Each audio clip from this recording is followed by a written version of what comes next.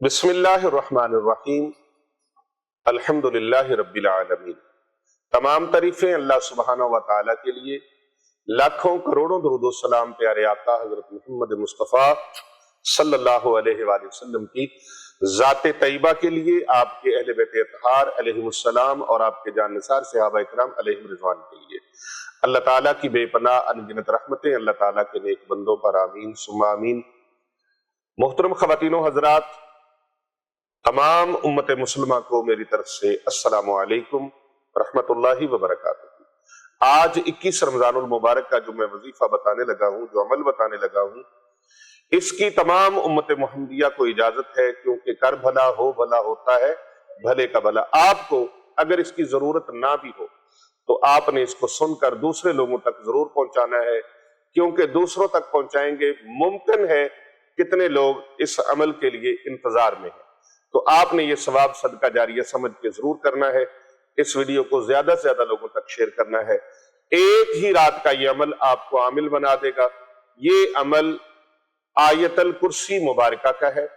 آیت الکرسی مبارکہ کا یہ عمل آپ کی دین و دنیا سنوار دے گا۔ انتہائی مضبوط حصار بھی ہے، جادو جنات کالے علم سے حفاظت کے لیے بھی ہے۔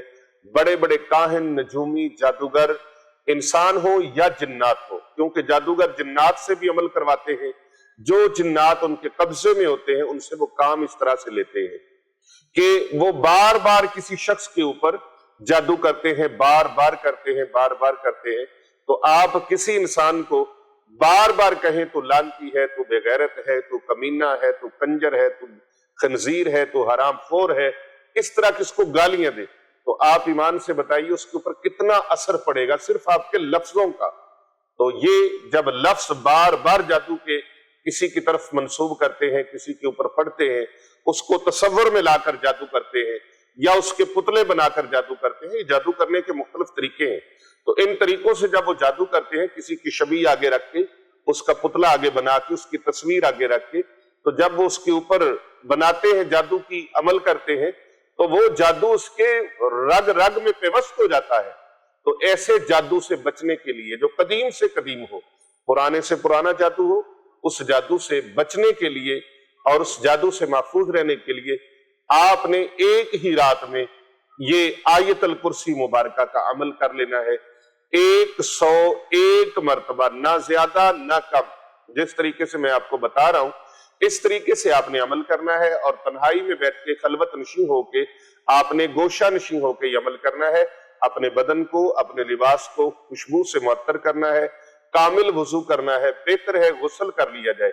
نماز عشاء اور تراویح سے فراغت کے بعد آپ غسل تازہ کریں تو زیادہ اچھا ہوگا، اور اس میں وضو کریں، غسل کریں، اور خوشبودار اپنے لباس کو کریں۔ لباس بھی صاف ستھرا ہو، نیا ہونا ضروری نہیں ہے، صاف ستھرا ہونا، دھلا ہوا ہونا ضروری ہے۔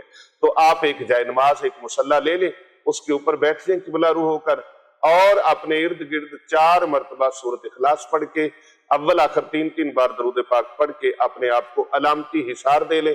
جب آپ نے یہ کڑا دے لیا، حصار کر لیا، اب آپ نے تسبیح پکڑ لینی ہے 100 دانے والی۔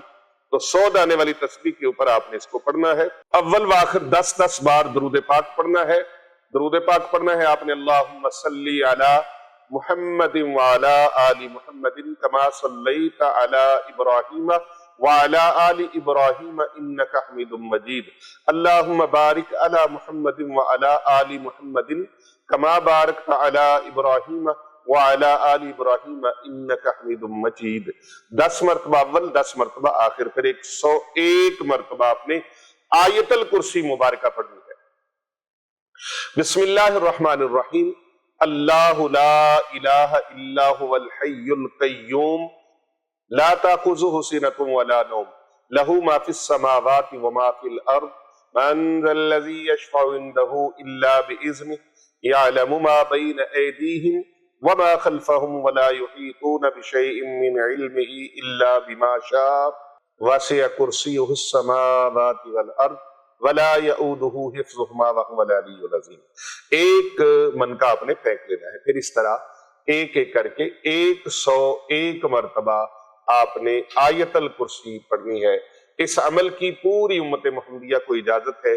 آپ کا عمل مکمل ہو گیا. 101 بار آپ نے آیت الکرسی پڑھ لی اور 10 بار آخر میں درود پاک پڑھ کے آپ نے دعا مانگ کے کامیابی کے اللہ کے دربار سے اٹھنا ہے اور انشاءاللہ تعالی آپ اس کے عامل اور کامل بن چکے ہیں.